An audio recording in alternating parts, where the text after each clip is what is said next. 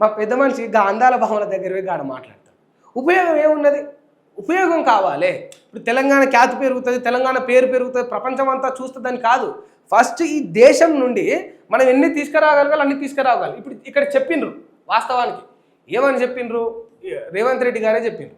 ఎన్నిసార్లు అయినా పోయి కలుస్తా అని చెప్పిండు నరేంద్ర మోదీ గారిని. ఇగో ఎన్నిసార్లు అయినా మోదీని కలుస్తా, నిధులు రాబడతాం, తెలంగాణను అభివృద్ధి చేస్తామని చెప్తా ఉన్నాడు.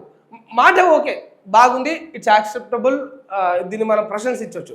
బట్ మీరు ఏ ప్రస్తావిస్తున్నారు అక్కడ? మీరు ఏ అంశాన్ని మోదీ గారు చెప్తా ఉన్నారు?